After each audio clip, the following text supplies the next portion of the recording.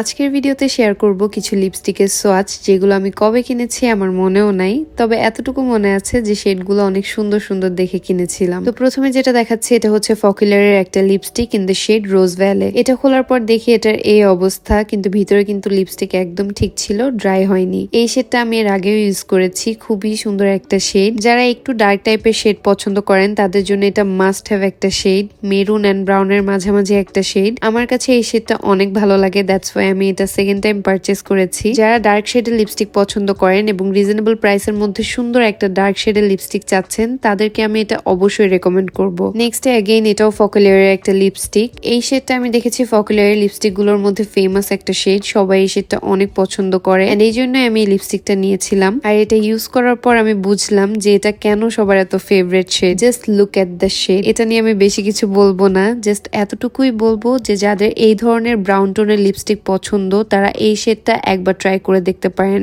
I am sure আপনাদেরও ভালো লাগবে। আর এই শেডটা কিন্তু সব স্কিন টোনে সুন্দর লাগার মতো একটা শেড। নেক্সট হচ্ছে এভারলিয়ার lip liner in the shade coin collector. এটা নিয়ে আমি আর কি বলবো, এক কথায় আমি খুবই ডিসঅ্যাপয়েন্টেড হয়েছি। প্রথমে হ্যান্ড সোয়াচ করতে গিয়ে জাস্ট কোন রকম টাচ করার সাথে সাথেই ভেঙে গেল। এরপর যখনই আমার শেডটা দেখে একটু ভালো লাগা শুরু হলো তখনই এটা আবার ভেঙে গেল। অ্যাপ্লাই করার সময় বারবার গুঁড়া গুঁড়া হয়ে যাচ্ছিল, খুবই ড্রাই লাগছিল। পুরো লিপসে অ্যাপ্লাই করতে গিয়ে এটা 3বার ভেঙে গেছে। মানে এই ভিডিও বানাতে গিয়ে আমার লিপ লাইনার অর্ধেকের বেশি শেষ, তার উপর ভিতরে এমন ফাঁকা হয়ে গেছে। এটার অনেক ভালো ভালো রিভিউ দেখে আমি এটা কিনেছিলাম, বাট তার মধ্যে কোনো ভালো দিকে আমি খুঁজে পেলাম না এক্সেপ্ট দ্য শেড। আমি জানি না আমারটা এমন বাজে পড়েছে নাকি এটা আসলে এমন। এটা কেউ ইউজ করে থাকলে আপনাদের এক্সপিরিয়েন্স অবশ্যই কমেন্টে শেয়ার করবেন। যদি এই শেডটার জন্য চান বা লিপ লাইনার হিসাবে জাস্ট লিপ ড্র করার জন্য চান তাহলে এটা ট্রাই করতে পারেন, বাট আই ডোন্ট থিঙ্ক তাও এটা প্রাইস ওয়ার্থি হবে।